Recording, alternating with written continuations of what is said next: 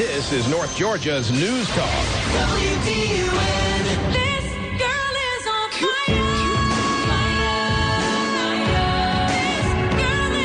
fire. You feel like some perspective at 7 minutes after 7 o'clock, folks? You want things put in a little bit of perspective as we begin our second hour together? In 13 seasons as head coach of the North Hall Trojans, Bob Christmas had 10 winning seasons, 9 playoff appearances. Before coming to North Hall, in the years that they played football prior to his hire as head coach, took over in 2001. So they'd been playing since early 50s. Prior to him coming to North Hall, here's your perspective. The program had 8 winning seasons. 8. And 1 playoff appearance. I don't know what Coach Bob Christmas thinks his legacy is. I'm sure it doesn't have a lot to do with statistics, with numbers. But that says a lot about the kind of coach that Hall County is losing. Today, Coach Bob Christmas announced that he would be retiring as the head coach of the Trojans. He's taking his talents back to Virginia, from whence he came. He joins us now on Game On. Coach, thanks so much for being with us. Heartbreaking announcement for those who enjoy high school football in this area, but I'm sure even more so for you, Coach Christmas, had to have been a little heartbreaking to have to break it to your guys. You just can't imagine, Katie B., how heartbreaking that was. It was very emotional. I had to stop and gather my composure back a couple of times. I've been here at this community for 13 years, and I can honestly tell you it's been the most enjoyable 13 years in my 38 years coaching. And it's because we got such a wonderful community. The kids are great kids and had total buy-in in how we told them we wanted to get things done here, and it was just real tough to leave them. It was like cutting your arm off. But this is something that I thought was best for my family, both financially, and I've got 3 children that live up there. One of them is my son and his wife, and my two grandchildren, and then I've got 2 daughters that live up there also. So and going back to the same school that we won 2 state championships at. So it's not often you get an opportunity to do that. I thought the time was right to take retirement in the state of Georgia, and I'm not ready to stop coaching. So when I weighed out the pros and cons, I thought that was probably the best decision for me. Well, if the last 2 seasons are any indication, you shouldn't be ready to stop coaching. Jefferson Forest High School, Lynchburg, Virginia, where Coach Bob Christmas will be next season, as he just mentioned, won back-to-back state titles in 1992 and 1993. Take us through the decision from the moment they got in touch with you and until today when you announced it to the team and announced it to the rest of Hall County and the surrounding areas. You'd no longer be the North Hall coach. What was that process like for you and your family? Well, it started off with a phone call from some community people up there wanting to know if I knew that the Jefferson Forest job was open, and I did not know. And that was about it. And then a few days later, several more called me up and said that the principal would like for me to call him. Well, I said, okay, I'll do that. So I called him up, and he asked me if I'd come talk to him, and I thought, well, that's a great opportunity to see my 2 daughters who live right there in that town. And so I went up there and talked with no design to go there at all. But after talking to them, and I came back and thought about it. I was kind of 50-50 and went back and forth about the decision. And, the thing that made it such a tough decision, of course, anytime something's 50-50, it's really tough. But what made it tough was leaving here. I'm excited about a new challenge. That program was once called the Team of the Decade in the 90s. And then lately they've just kind of been a lower-tier team. And the community up there doesn't want that. The principal athletic director up there are gung-ho about doing the things that you got to do to bring the program back. And I think it'll be a lot of fun doing that. But the tough part is leaving a place that I love as dearly as I love North Hall. And, what we put in to this and what the community has put into our lives has truly been just a phenomenal 13 years here. And my wife says that, she may want to come back here and retire.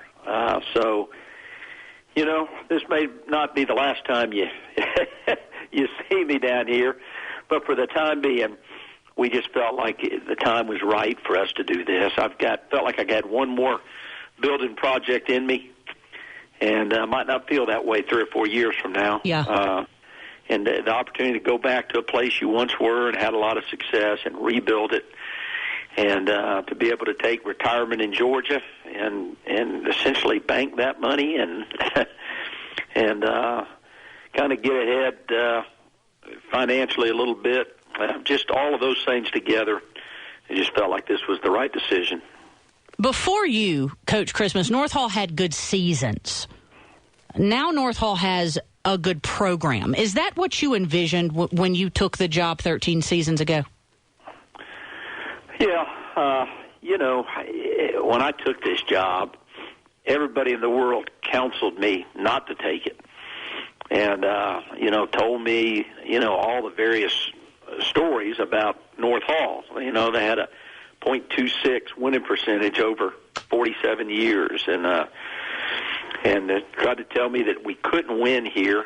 And, of course, that's always, to me, has kind of been a motivator when someone tells me you can't do something. And I've always believed that kids are kids. And, all you got to do is find out what motivates them. And so we came in here to a white-collar area and convinced them that they were blue-collar, and that if they were willing to work their tails off and be tough mentally and physically, that they could be very successful. In that first year, we were 0-9 going into our 10th ball game. We were playing a Madison County team that year was 8-1. They had lost the first game and reeled off 8 wins, and they came into our place and we had them 34-0 going into the fourth quarter and beat them 34-12, and it just kind of validated everything I was telling the kids. We had seen improvement with each game, but we really needed that win to validate what we were telling them, and that was really what kick-started it. And I've always believed that football is not an end in itself, but a means to an end, and I've always looked at it more as a ministry, and to help, as a tool to raise young men up and teach them how to be men. And football is such a great tool to do that, just from the very nature of the game, and just kind of a microcosm of life itself. And so, that's been my goal, and that's been our focus, and I've always believed that winning is a byproduct of that, and not that you must be sound, and have good schemes, but if you do it the right way, I believe all that falls into place.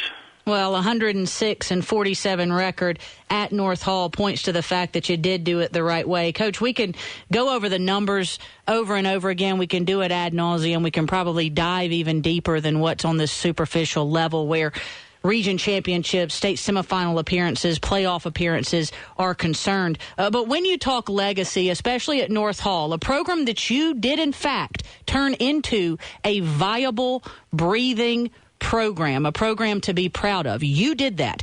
What do you want your legacy to be with the young men that you have brought up through that program? How do you hope it continues?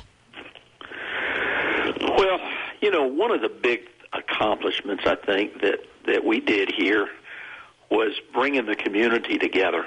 To where now the community out here, they consider themselves a community, and that community centers around North Hall High School. And I believe that we did that with the football team, and I think that is a very good legacy right there. But then beyond that, individually with our players, just that they understand that they can accomplish anything if they'll put their minds to it. They'll do it with honesty and integrity and not be afraid to work hard, that they can accomplish things that other people don't think they can accomplish. And I think that's something that our kids take away from being a part of our program. And then when you look at the facilities that we built there, and I can remember doing house meetings in neighborhood meetings, and passing out pledge cards, get people to give to that field house. And we raised probably close to $2 million over these years for the improvement of facilities. I'm a little prejudiced, but I happen to think we've got one of the greatest venues in the state of Georgia, with the stands being right down on top of the field without a track around it, and the field house in the end there, and bricking the stadium like we did. I think we've turned the Brickyard into a great place to watch high school football. You've turned the North Hall football program into a great place to watch football, Coach Bob Christmas. I know I'm going to miss getting to cover you, but you can bet I'm going to keep up with what you're doing at Jefferson Forest High School. I'm going to let folks around here know next season, come tailgate showtime, come scoreboard showtime, about what Bob Christmas is doing in his new venture. It's been a pleasure, sir. I wish you the best of luck in the future. Katie B., it's been a pleasure working with you. You do a great job, and I appreciate what you do for this community. Absolutely. Coach Bob Christmas, folks, announcing today his retirement from North Hall High School in the coaching capacity and the teaching capacity. He is not retiring from coaching as a whole, however, going up to Jefferson Forest High School in Lynchburg, Virginia, where he won back-to-back state titles, 1992, 1993. Made this decision based on family. Several of his children, grandchildren, currently live in the Lynchburg, Virginia area. And if you can't applaud a man who makes a decision like that based on family, I don't want to know you. Because if you think for 1 second that wasn't hard for Coach Bob Christmas to turn and head somewhere else with the success he's had at North Hall, with what he's built at North Hall, you don't know sports. When we come back, we're talking a little Super Bowl. We're going to round out this Tuesday edition of Game On by talking a little racing. What's going to happen to Lanier National Speedway? Race Week Illustrated editor Brandon Reed will weigh in. This is Game On WDUN.